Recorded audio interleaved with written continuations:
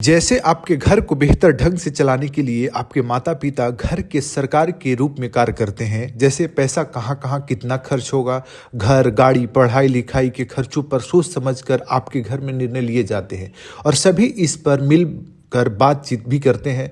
वैसे ही देश, राज्य और स्थानीय स्तर पर सरकारें होती हैं। सरकार एक ऐसी संस्था है जो देश के प्रशासन, कानून व्यवस्था, आर्थिक विकास और नागरिकों के कल्याण के लिए कार्य करती है।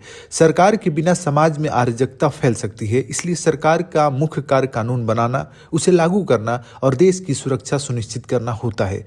सरकार के विभिन्न कार्य होते हैं, अलग अलग तरीके के कार्य होते हैं। इस एनसीईआरटी के क्लासेस में हम अपने तरीके से चीज़ों को मॉडिफाई, संशोधित करके पढ़ाने का प्रयास करते हैं, समझाने का प्रयास करते हैं, ताकि आप एनसीईआरटी के जो बेस हैं, जो इन्फॉर्मेशन एनसीईआरटी में दी गई है, उससे एक्स्ट्रा डायमेंशन में चीज़ों को सोच सके, अलग अलग डायमेंशन में चीज़ों को थोड़ा बेहतर ढंग से समझ सके। तो इसको हम अपने लेवल से संशोधित करके चीज़ों को समझाते हैं।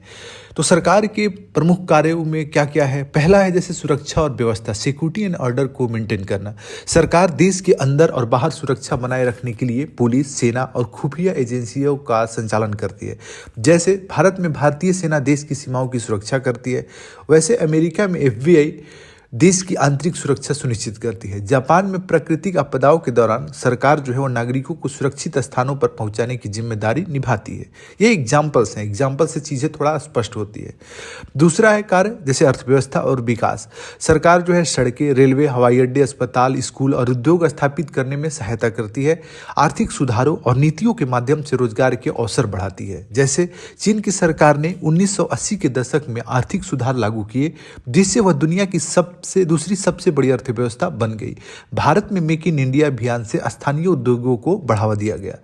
तीसरा सरकार का कार्य है न्याय और कानून व्यवस्था।